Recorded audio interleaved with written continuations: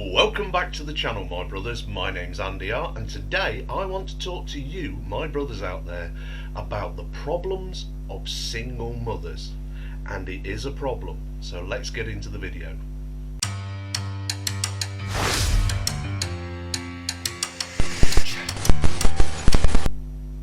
Now, there's a lot to unpack in this video, a lot to go through, so please listen all the way to the end. But just before I start to go into this video, I want to take one short, brief amount of time just to say to you, thank you.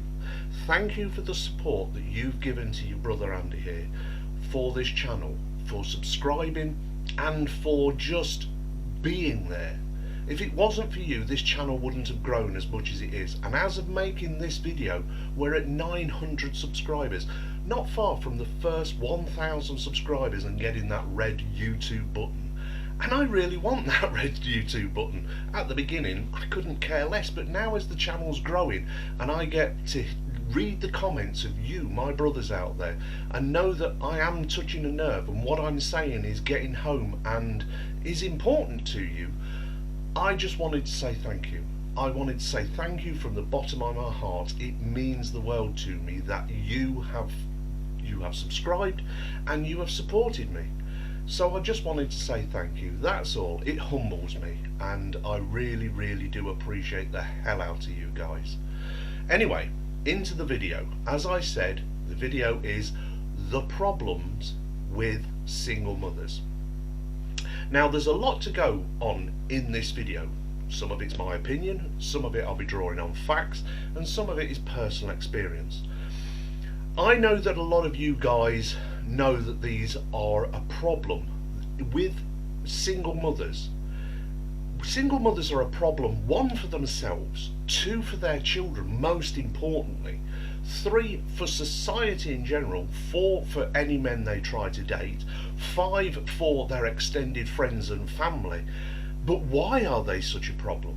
Well, it wasn't that long ago, only a few decades ago, that being a single mother was a taboo. It was something not to be aspired to. It was a shame on the family. And when I say only a short few decades ago, as early as 30 years ago, from the 50s, it was, oh, you were packed away if you fell pregnant outside of wedlock. Nowadays, we talk about long-term relationship, not so much about wedlock, but it's still, in certain societies, it is still frowned upon. But it's now almost being held up by mainstream media, movies, TV shows, magazine articles, the internet, as something to aspire to, that it's a great thing, that single mothers are wonderful superhumans and they should be very proud of their status and they should be held up to other women as though this is a goal they should achieve. But let's look at some statistics here, because it's the outcome for the children that is most important with single mothers. The outcome for the children is paramount in this. And single mothers are almost the lowest when it comes to outcomes for children. Now, I say single mothers. Now, the research I've done on this and the data I was able to gather, it claims single parent households.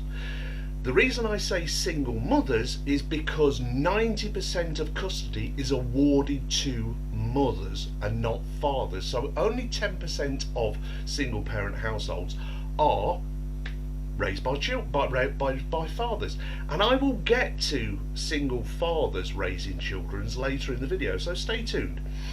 But there is one category, just one category, where the outcome is even worse for children than being raised in a single parent household. Let's have a little pop quiz. Pause the video, write in the comment down below, which do you think it is that gets a worse outcome than a single parent household?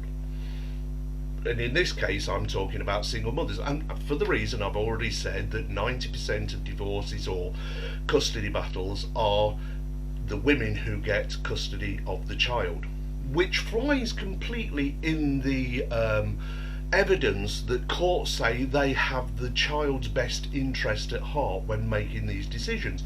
That clearly is a lie, because they get almost the worst outcome being raised in a single parent household, and in this case I'm calling it single mothers because that 90% statistic. So let's get into it, why those children and how it affects those children. Well, for a start, in a single parent household, 90% of juvenile courts deal with children who come from a single parent household. 90%. Just let that sink in for a second. 90% of juveniles that go through the juvenile court system and end up in juvenile prisons come from a single parent household. That means only 10% come from a dual household, a household of a couple. Now, when I say couple, again, I'm generally talking about male-female couples in a long-term relationship raising their children together, whether that be married, living together, etc. I'm not specifically talking about same-sex couples, because there is a little bit of data on that, because it really, well, same-sex marriage hasn't been going on for that long to have the plethora of data that we do have on mixed couple households. So it's very difficult to say whether it's a good thing or a bad thing. So that's really much an open question. From the little bit of data I've managed to glean on that subject, it actually does look quite favourable for a child to be raised in a two-parent household, whether it's same-sex or mixed-sex. But again, the data is slightly skewed because it's such a small sample size when it comes to same-sex couples. Again, I will be talking in generalities about this, but I will also be touching on specifics, as the specific of 90% of juveniles who end up in the juvenile courts and the juvenile prisons come from a single mother household or single parent household. Now we look at health. There's a lot of data on this. Health-wise, children who come from a single parent household are more likely to get involved with drugs, are more likely to self-harm, are more likely to be overweight or have eating disorders, are more likely to delete themselves from the human race. All of these statistics again are out there about a single parent household, and in this case, when I say single parent, I'm meaning single mothers, because 90%, etc. So why is it so detrimental? Well, for a start, 30% of children who are raised in a single parent household are raised in poverty, as opposed to 6% who are raised in a dual household with both parents. That's a frightening statistic. That means that a child brought up in a single parent household is more likely to be brought up in poverty. Here's another great crazy statistic as well. The girls that are brought up in a single mother household are more likely to go on to become a single mother themselves, perpetuating that very poverty that they're trying desperately to escape, but end up becoming single mothers themselves. This is a problem for society. This is a problem for the justice system because of what happens with, also talking of the justice system, in adult courts, in adult prisons, the highest percentage of prisoners that are in the adult prisons come from single mother households. This is a problem for society. But it's a problem because women who allow this to happen, who become single mothers, are not being regulated. Like I say, only a short few decades ago, women regulated women. They shamed women who became single mothers.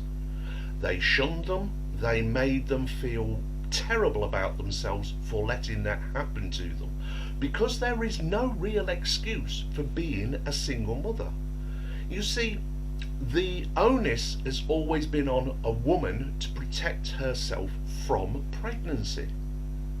Men take a small amount of responsibility in this because we only have one real type of contraception, and that is the condom. Now, if you look up contraceptions for men and women, you will see that there are many different types of contraceptions for women, but only one effective one for men, which is the condom. Now, that also appears in the list of female contraception, the condom. In other words, making sure your man wears a condom. But you should also be taking precautions yourself. I mean, you've got many different options open to you. When you look at the contraceptions for men, it mentions 4. Well, out of those 4, condom is only the one I would ever call a contraception, because the second one on the list is vasectomy. What young man who is ever thinking of starting a family would go for a vasectomy, completely stop himself from ever getting a woman pregnant? I can understand it later in life if you have 1, 2, 3 children and you decide that we no longer want any more children, so vasectomy is the least invasive way of permanently stopping that, as opposed to a woman having her tubes tied. But to call it a form of contraception is really the clutching at straws. The last 2 are basically masturbation and withdrawal. Withdrawal has been proved for centuries to be the least effective form of contraception at all, because a man leaks semen long before he orgasms. So withdrawing at the point of orgasm it's already too late. And the other one is outside sex, which is more or less masturbation with a woman being there. These not really types of contraception as far as I'm concerned. So that only leaves the condom, one point of contraception, and it's only something like 89% successful. So although it's quite successful, it's not as successful as something like, say, the pill, which has a 99% success rate. All contraception has to be used correctly and is in the way it's prescribed. So if you ever get with a woman and she says, it's okay, you don't need to wear a condom, I'm protected, if you're foolish enough to believe that and still wear a condom, well, I'm afraid one of the side effects of unprotected sex is parenthood, is pregnancy. And that was always frowned upon, for a woman to get pregnant outside of a long-term relationship or marriage. Women regulated women. Women drummed it into their daughters, their granddaughters. Don't you do this. You will bring shame upon the family. You will be shunned by society in general. You will be the lowest of the low because you weren't careful with your body. But nowadays it's held up as though it's a paragon of virtue, which it isn't, as the statistics point out, as the evidence is there for the outcome of the children. Let's carry on with the outcome of the children. I said earlier, there is one, and I hope you all answered my little pop quiz there and left a comment down below who you thought it was, which children you thought it was that fared worse than the single parent household. Because there is one, and it's just below, and their outcomes are, quite frankly, atrocious. So did you get it right? Do you know which it is? Well, I'll tell you. It's those who become wards of the state. That's right, those that become wards of the state. In other words, the government that's telling you they've only got the best interest of the children at heart, and the courts that are saying we've only got the best interest of the children at heart, are the worst providers of care for children in their care. Those children who grow up in the state, foster parents, etc., are taken from their parents by the state and put into the state system, have the very worst outcome of all children. No matter what class or anything, they have the worst outcome. That's a damning indictment of the Western society. That children that end up in the care system are so badly let down. Yet the state is always so keen to step into a relationship of a parent and child and take the child away if they think you're not doing a great job, to put them into a system where they're even going to fare worse. Now, there are situations where this should happen, where the child is in danger of physical harm and mental harm, is being abused. Let's not put a gloss on it. But a lot of the time, it's down to money. Just like the custody issue, where women become 90% of the recipients of custody. They are awarded the custody of the child by the courts. That's a terrible thing. Awarded.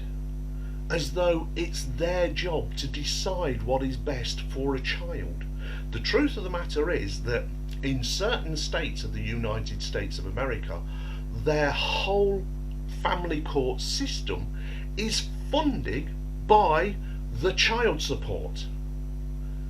Let that sink in. Their whole court system and departments are funded by child support. They have a vested interest in making a couple become a one-parent household, because one parent will have to pay child support, and a certain amount of that child support goes to pay the courts and the department. And in, like I say, certain states, the whole of that budget is paid for from child support. That means the judge who's making the decision has a vested interest in his pension and his salary, his wages, his perks, everything else comes from that child support. So do you think he's going to go, no, I think that lovely couple there, you both love your children just as much and you're happy to have 50-50 ownership of those children, to put a word upon it, that you're going to share childcare 50-50? No, of course they're not going to do that. And why are they not going to do that? Because if there was 50-50 care of the child, there's no child support. I have the child half of the week, you have the child the other half of the week. We share holidays. Basically, no child support to be paid to either, because you're both taking care of the child equally, but in different homes. So no child support. This is why so many women, number one, get custody of the child, and it's been proven as well that anything less than 28% of involvement in a child's life, i.e. usually the father, classes as a single parent household. So the father then ends up paying for his children, who he only gets to see occasionally. That 28% is very precise, and if you look at the court systems in the United States, in a lot of states, it comes down to 25 to 28% of child care duties to the man, keeping it below that 30%, keeping it a single parent household, making sure that then child support has to be paid, which pays for their wages. A vested interest, so that judge is not impartial. Plus, on the statute books, you also see that in the statutes there is something in there that says along the words of the best place for a child to be raised is with the mother, without any real close examination of whether that is factually true. You have to work really hard as a man to prove that the mother is unfit to look after the child before that little piece of law gets overturned in the courts. It rarely does. So it's not a free and fair, arbitrary kind of court. There is a vested interest from the judge. He should really be recusing himself, because, hey, I'm getting paid by the money, or some of the money, that you'll be paying in child support. Terrible, terrible thing. But also, it's a lie to say they've got the best interests of the child at heart, because we know from data and statistics going back for decades now that being raised in a single parent household is almost the worst outcome a child can get. The very worst outcome is by the state. So let's go on to the difference between single parent fathers and single parent mothers. I did say I would get to it later in this video, and I kept my promises. What data I'm able to get, again, is slightly skewed, just like the same-sex partnership. There's not really enough data. There's a lot smaller data for fathers who are raising children on their own because of that 90% of custody being awarded to women, so only 10% by men. But of those 10%, what we're able to look at, the outcome is that actually single fathers do a slightly better job than single mothers in raising a child on their own. And this comes down to finances for a start.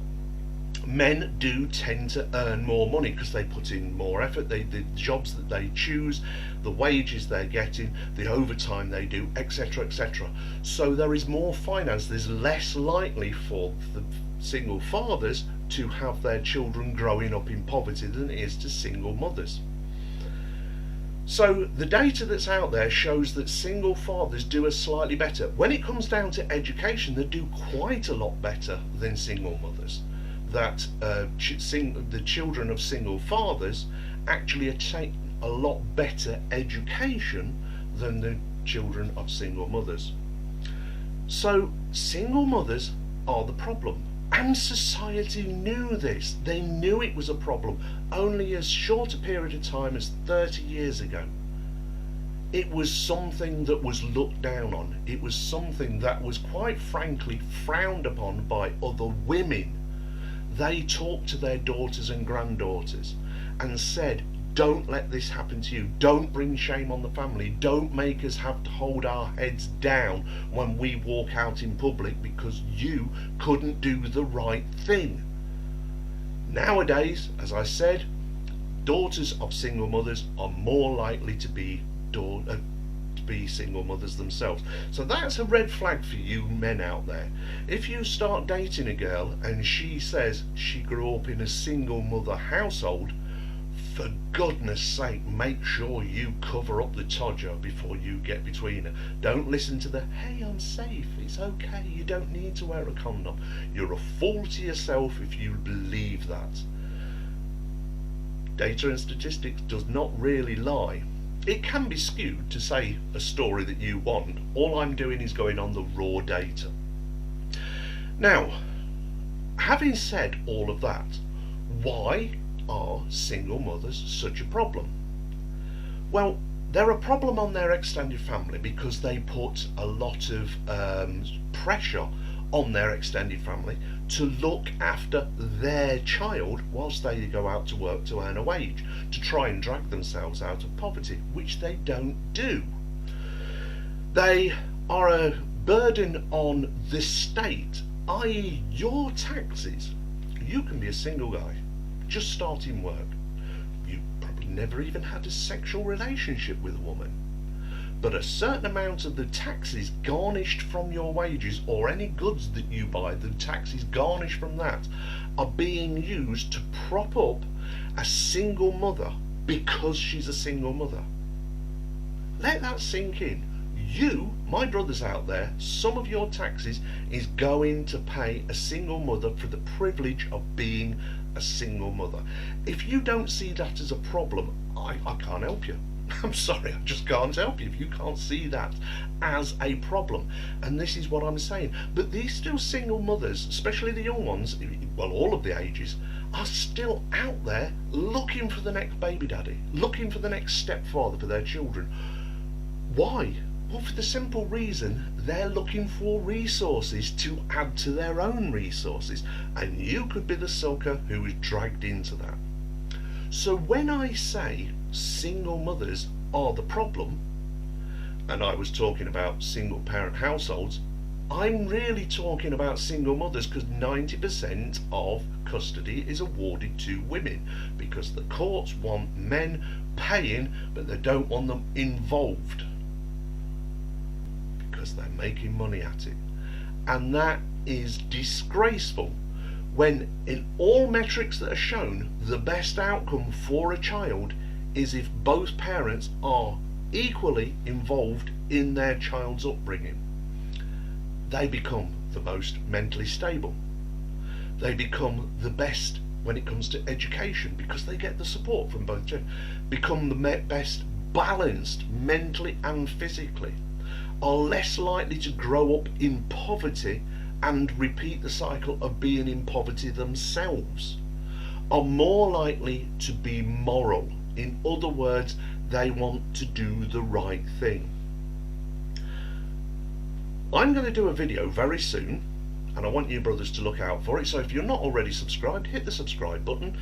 I used to say turn that red button to grey, but now they've changed the button, so now change the black button to white. I don't know why they've changed it. I mean, they just mess it up, don't they? I mean, they took away the dislike button because their friends were getting disliked a lot. So also give the video a like, it helps the channel. Also leave a comment, that really does help the channel. Tell me your thoughts. Do you agree with what I've been telling you? Are single mothers a problem? They're a problem in the dating world because of what a man would have to put up with to be with a single mother. They're a problem in the dating world because why are they out there taking time away from their children, which they're supposed to love and care about and their number one priority, chasing the todger?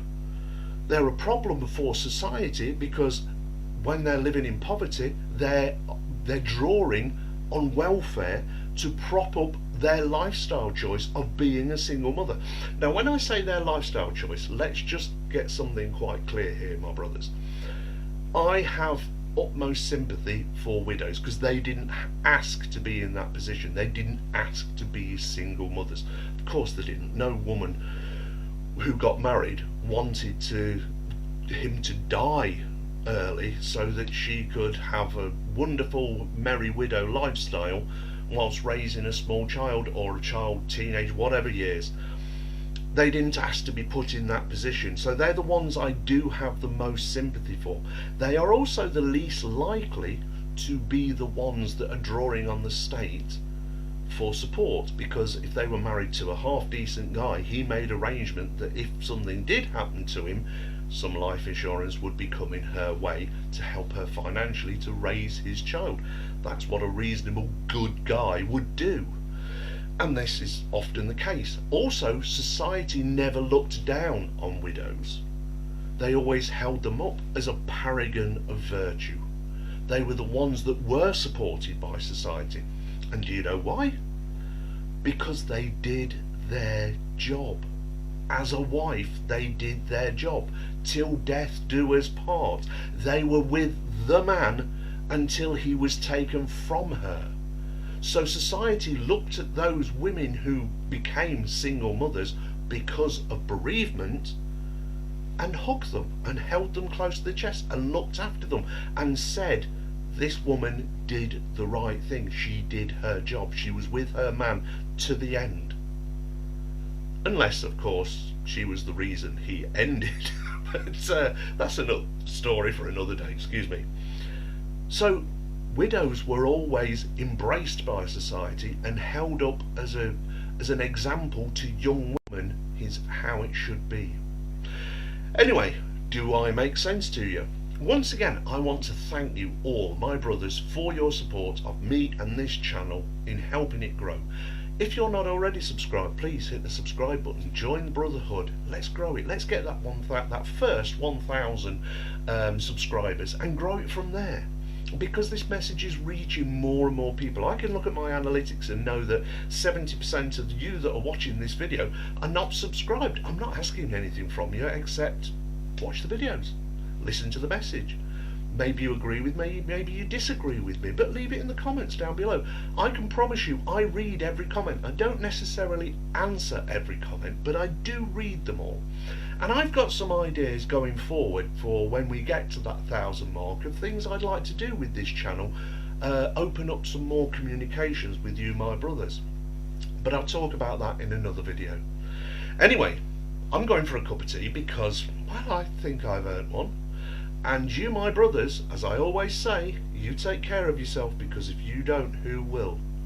And I just want you to know, I love you all, you're my brothers. You take care now. I'll talk to you soon. Bye.